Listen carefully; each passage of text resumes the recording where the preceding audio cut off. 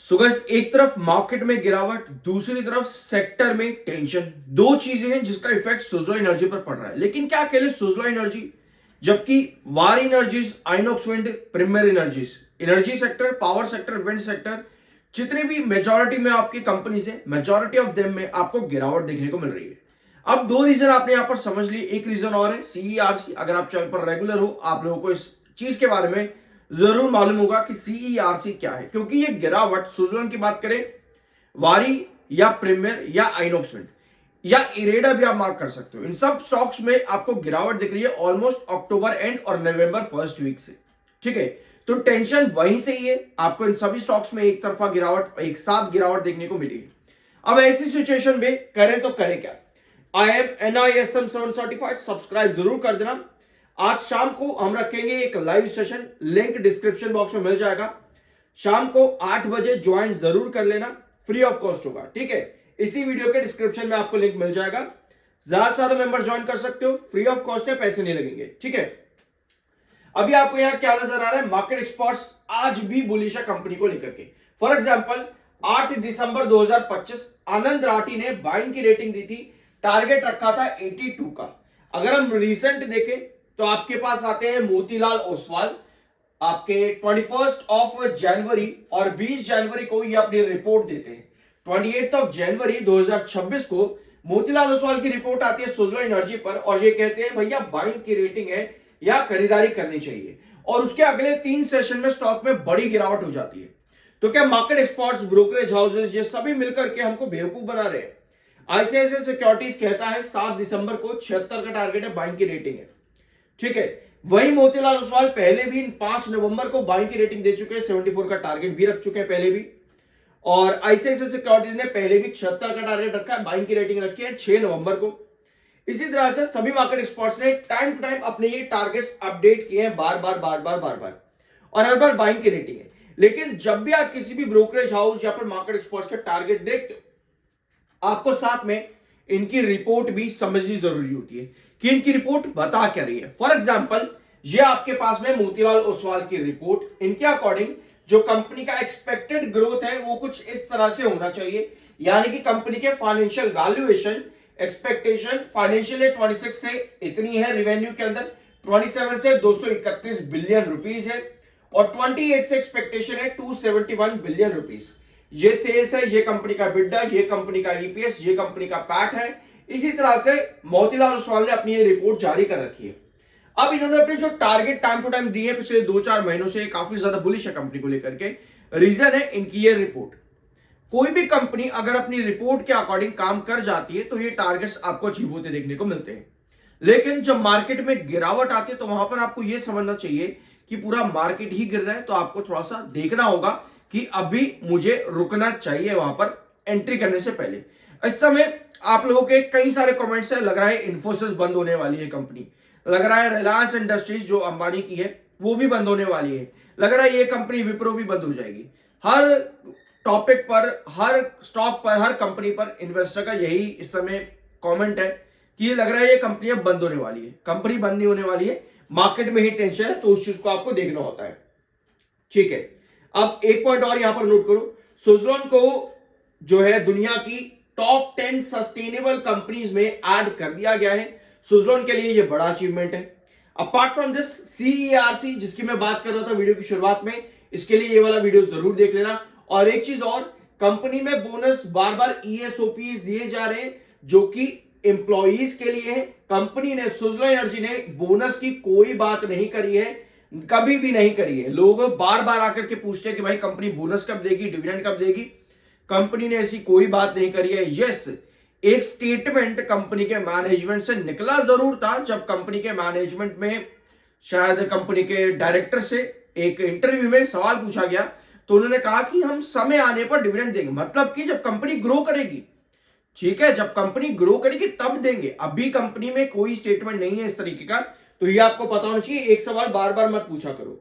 ठीक है, अगला पॉइंट आपका आता है वही ईएसओपी पर ही ये वीडियो भी है, तो ये दोनों वीडियो जरूर देख लेना। और Q3 का प्री एनालिसिस चैनल पर अवेलेबल है, इसको भी जरूर नोट कर लेना।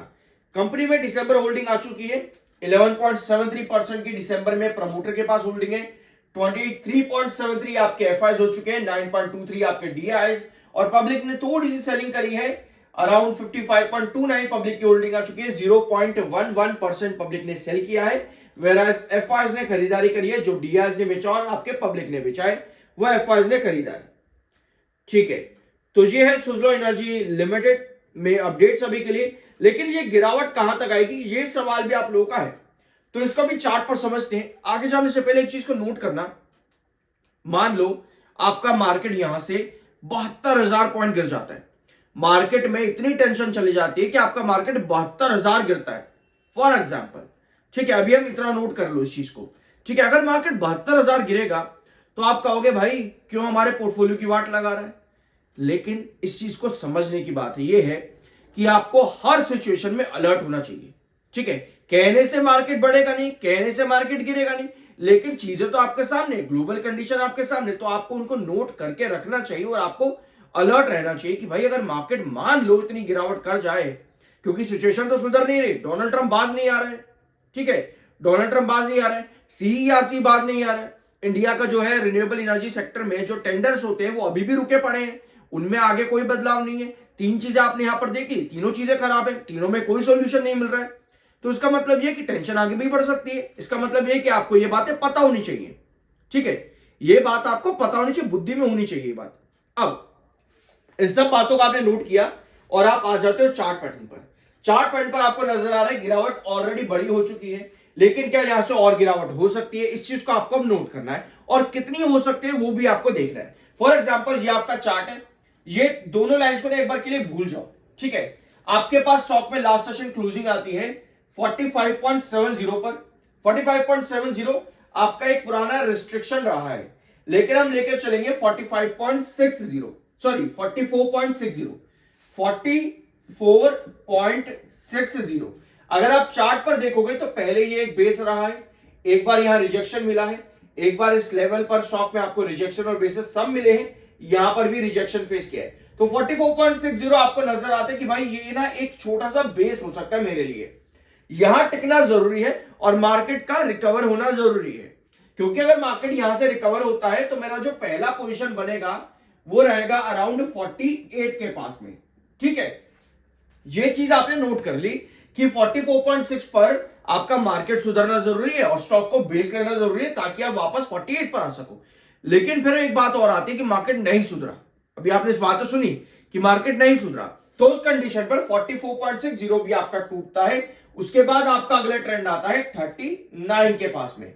39, क्योंकि 39 पर आपको दिखेगा पहले एक बार स्टॉक ने रिस्ट्रिक्शन लिया है, यानी कि रिजेक्शन फेस किया है, दो बार स्टॉक ने यहां पर बेसिस लिए हैं, तो इस वजह से नेक्स्ट आपका आता है 39। मार्केट यहां पर भी नहीं सुधरता, इसका मतलब यह है कि आप और इंतजार करोगे और अगली बार आप वेट करोगे अराउंड 33 का।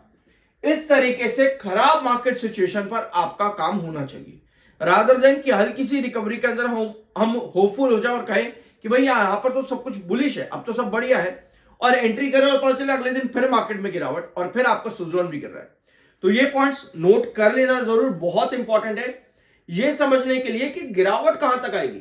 अदरवाइज ये कहना बहुत आसान है कि भाई देख गिरावट ना अभी ये सीधा ना 38 पर चले जाएगा, अभी ये सीधा 10 पर चले जाएगा, वो सब चीजें डिपेंड करता है कि ये ग्लोबल कंडीशन, सीईआरसी, इंडिया का रिन्यूएबल एनर्जी सेक्टर में टेंडर्स का रुकना, ये कब तक सुधरता है, वो गिरावट तब तक आपको देखने को मिलती है, समझे। अपार्ट फ्रॉम दिस कंपनी के सीईओ से जो उम्मीद थी वो ये है कि आने वाले क्वार्टर्स पर कंपनी अपना प्रोजेक्ट एग्जीक्यूशन जो है स्ट्रॉन्ग करेगी, तो ये भी कंपनी से एक बड़ी डिमांड। अगर हम कंपनी की बात करें, प्रोजेक्ट एग्जीक्यूशन स्ट्रैटेजी कंपनी को बनानी पड़ेगी, यही एक रीजन है जिसकी वजह से कंपनी पर पिछले 2 सालों के अंदर कुछ रिजेक्शन, कुछ रेजिग्नेशन देखने को भी मिले हैं।